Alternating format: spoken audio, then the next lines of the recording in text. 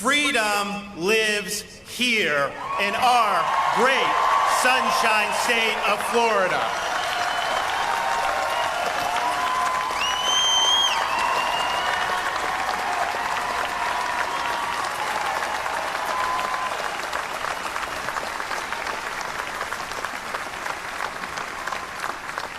It lives in the courage of those who patrol the streets and who keep our communities safe. It lives in the industry of those who work long hours to earn a living and raise their families. It lives in the dedication of those who teach our children. It lives in the determination of those who grow our food. It lives in the wisdom of our senior citizens. It lives in the dreams of the historic number of families who have moved from states across this country because they saw Florida as the land of liberty and the land of sanity.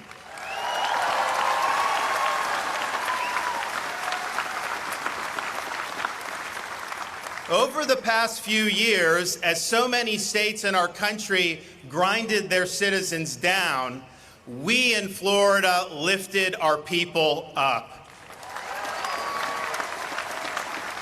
When other states consigned their people's freedom to the dustbin, Florida stood strongly as freedom's linchpin.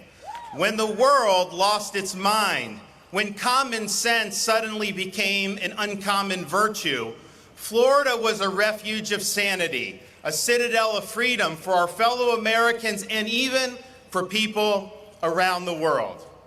In captaining the ship of state, we choose to navigate the boisterous sea of liberty rather than cower in the calm docks of despotism.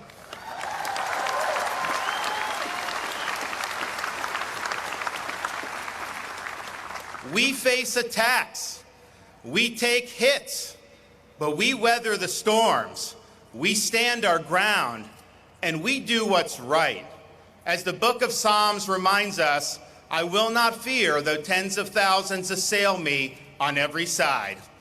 We have refused to use polls and to put our finger in the wind. Leaders do not follow, they lead.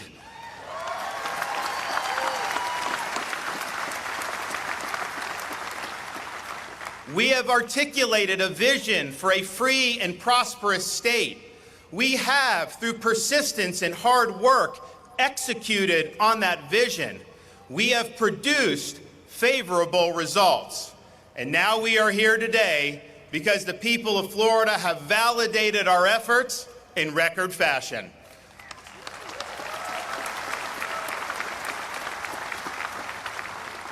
Florida shows that results matter. We lead not by mere words, but by deeds. 4 years ago, we promised to pursue a bold agenda. We did just that, and we have produced results. We said we would ensure that Florida taxed lightly, regulated reasonably, and spent conservatively, and we delivered. We promised we would enact big education reforms, and we delivered.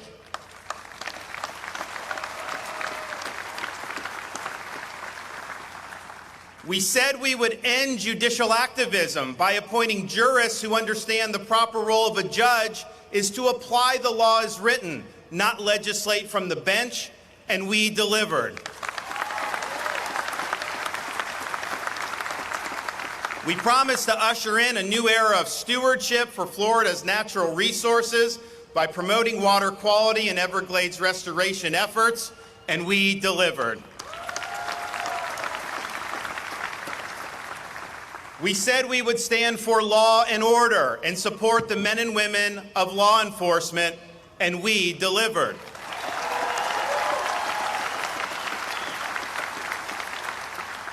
We promised to remedy deficiencies in Florida's election administration and to hold wayward officials accountable, and we delivered.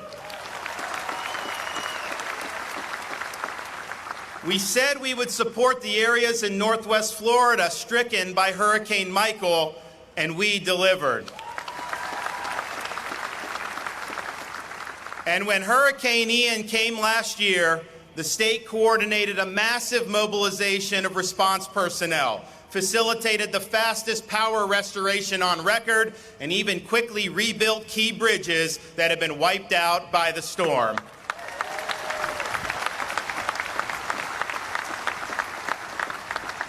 We have stood by the people of Southwest Florida, and we will continue to do so in the weeks, months, and years ahead.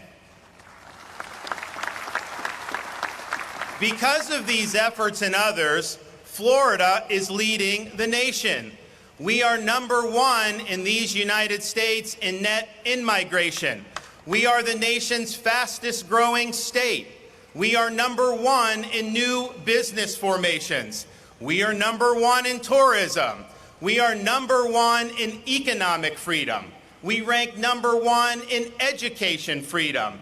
And we rank #1 in parental involvement in education.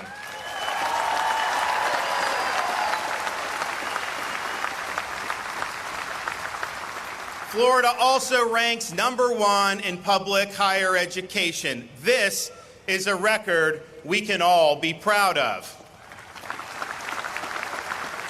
But we're far from done. Florida's accumulated a record budget surplus, and we need to enact record tax relief, particularly for Florida families who are grappling with inflation.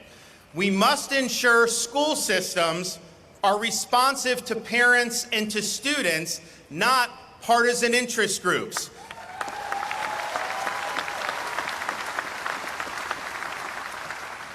And we must ensure that our institutions of higher learning are focused on academic excellence and the pursuit of truth, not the imposition of trendy ideologies.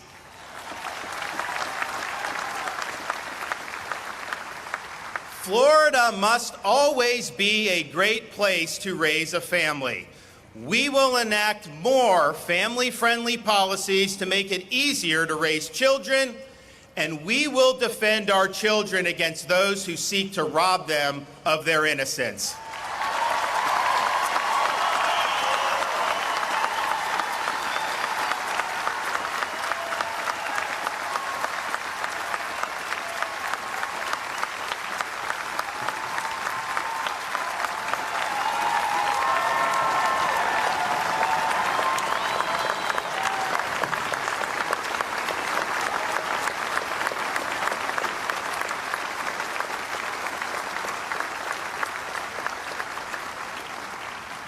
We will always remain a law and order state.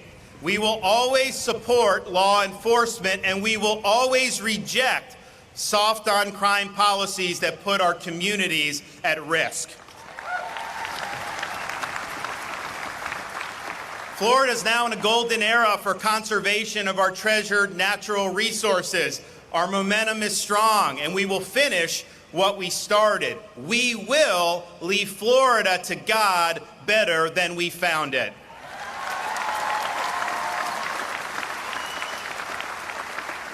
This much we pledge and so much more. Now, it's often said that our federalist constitutional system, with 50 states able to pursue their own unique policies, represents a laboratory of democracy. Well, these last few years have witnessed a great test of governing philosophies, as many jurisdictions pursued a much different path than we have pursued here in the state of Florida. The policies pursued by these states have sparked a mass exodus of productive Americans from these jurisdictions, with Florida serving as the most desired destination, a promised land of sanity. Many of these cities and states have embraced faddish ideology at the expense of enduring principles. They've harmed public safety by coddling criminals and attacking law enforcement. They've imposed unreasonable burdens on taxpayers to finance unfathomable levels of public spending. They have harmed education by subordinating the interests of students and parents to partisan interest groups. They have imposed medical authoritarianism in the guise of pandemic mandates and restrictions that lack a scientific basis.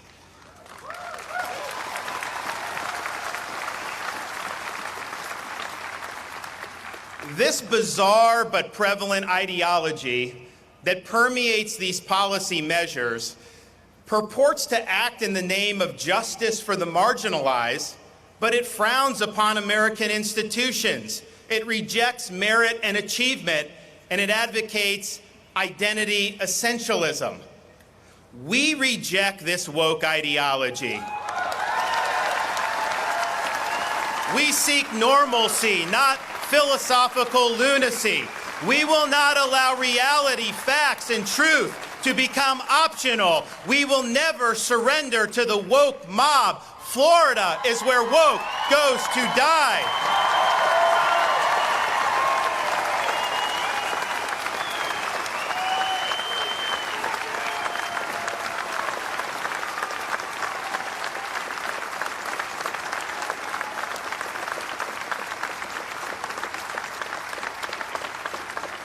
Now, Florida's success has been made more difficult by the floundering federal establishment in Washington, D.C.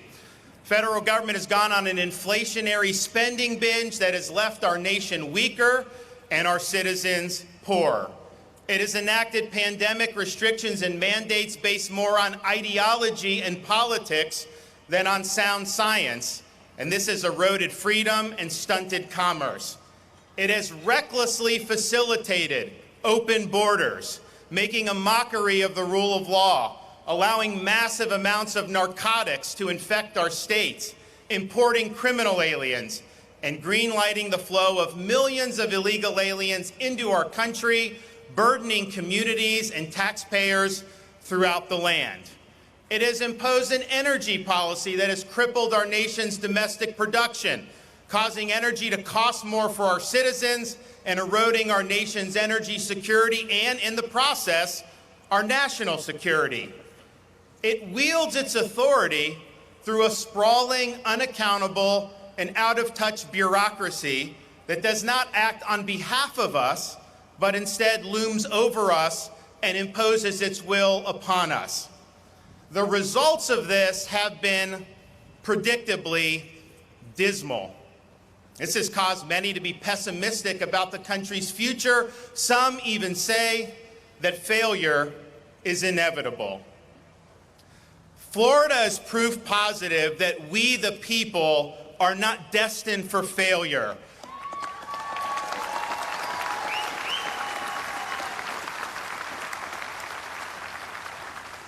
Decline is a choice, success is attainable, and freedom is worth fighting for.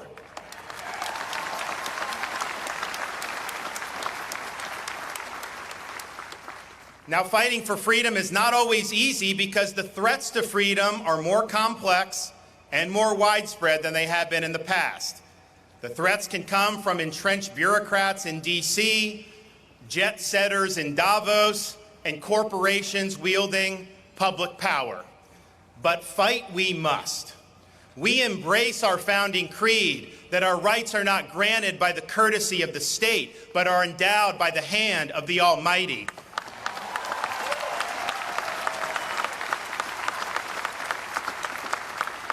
We reject the idea that self-government can be subcontracted out to technocratic elites who reduce human beings to mere data points. We insist on the restoration of time-tested constitutional principles so that government of, by, and for the people shall not perish from this earth.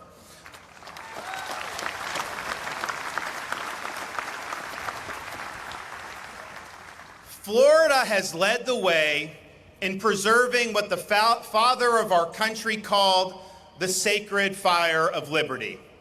It is the fire that burned in Independence Hall when 56 men pledged their lives, their fortunes, and their sacred honor to establish a new nation conceived in liberty. It's the fire that burned at a cemetery in Gettysburg when the nation's first Republican president pledged to this nation a new birth of freedom. It's the fire that burned among the boys who stormed the beaches of Normandy to liberate a continent and to preserve freedom for the world. It's the fire that infused the young preacher's dream relayed at the steps of the Lincoln Memorial that the Declaration of Independence said what it meant and meant what it said. All men are created equal.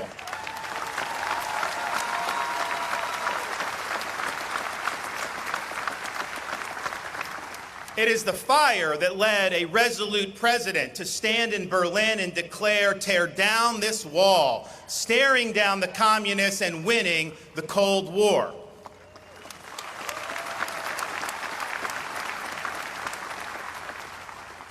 It is our responsibility here in Florida to carry this torch.